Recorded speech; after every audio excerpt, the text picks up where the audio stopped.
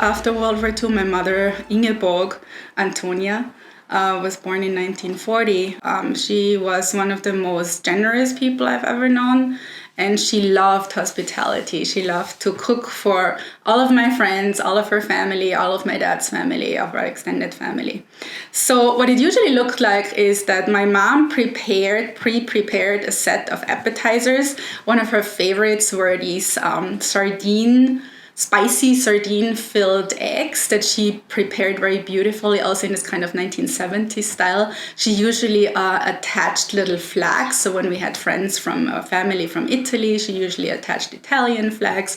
Once I had a friend visit from Japan, and she created a little Japanese flag. So she was always very attentive to these details to make everyone feel very welcome in our home. As a main dish, my mom really liked, and this is one of my favorite meals as well, she really liked to make saltimbocca, which is veal cutlets with sage and prosciutto, and usually served with rice and white wine.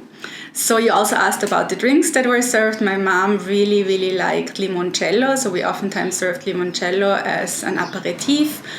She also really liked Negroni, which is something that I share with her. I also really like Negroni, everything with Campari. So again, you see the Italian influence.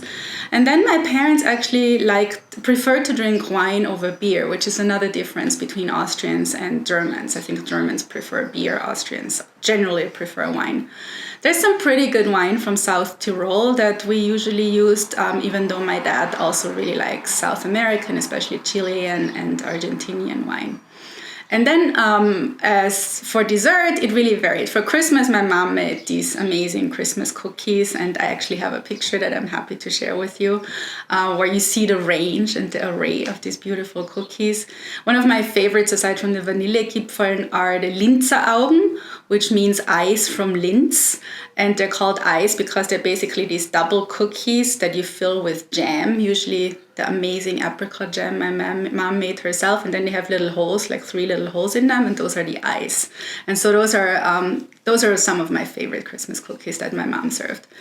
For Christmas 2003, gave me this beautiful handwritten collection, and this is actually the postcard that she shared with me. This is my hometown in the winter, and this was a Christmas card. And so what she did, and look at that beautiful handwriting. So she wrote down all of her favorite recipes and some of my favorite recipes, including what I cherish a lot. Every time I went home for Christmas, my mom spoiled us with a huge amount of cookies. She usually made 12 different types of cookies for Christmas. I have no idea how she did this. And this particular section of the book covers all of these. The only ones that I have sort of mastered are Vanillekipferln, which is vanilla crescents. And this is also an interesting Austrian story.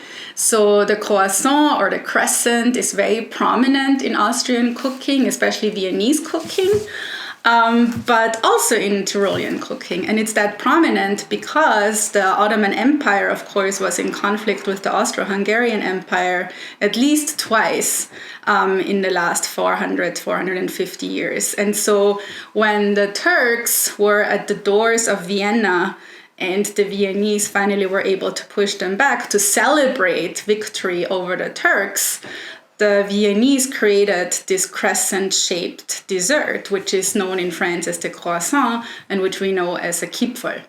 And so it has moved basically from Vienna to Tyrol, about 5 hours west. And we still celebrate Christmas now in this maybe somewhat problematic victory over the Ottoman Empire. So history, I think, plays a really major role in a lot of Austrian cooking.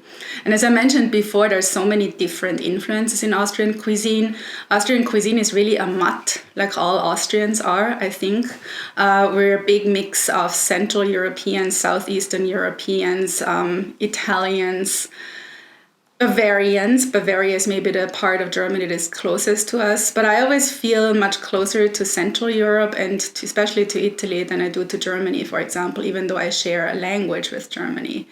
But the cuisine, the arts, the people in Austria are, I think, much more of mutt, as I like to say. It's really a crossroads of multiple cultures and languages, and as a result, also cuisines. And so one of the most famous Austrian dishes is actually a Hungarian dish, and that's goulash, which we tend to make with polenta. My family used a lot of polenta, which of course is also the major food source or starchy food source in northern Italy. And so you see how there's a lot of connections between the East and the West in my experience.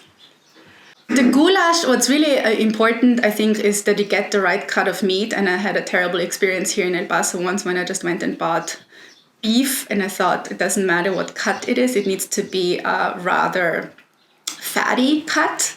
And you need to be able to cube it in equal portions. The other ingredient that is really important is Hungarian paprika, and I wasn't really able to maybe get the right kind of paprika, so now I tend to import a lot of these spices from Austria whenever I fly back, which I usually do at least once a year, usually twice a year. And then, of course, a lot of onion. And then you need the right kind of water. My partner, Nick, who's a visual artist, this is one of his paintings, always claims that the Viennese make the best goulash because they have the best water, which is coming from the Rax, which is a mountain southeast of Vienna. But the goulash is very spicy, and this is something that my mom really, really loved. She loved spicy food. So when my mom first came to visit me in El Paso in 2008, one of the things that she absolutely loved about Mexican cuisine was the spiciness and the chili. So this is something I have incorporated in my own cooking much more, and my mom certainly did. She discovered green chili, and she has been a big fan of green chili ever since. So she definitely started using green chili in her own cooking a lot more. And all kinds of chili, really.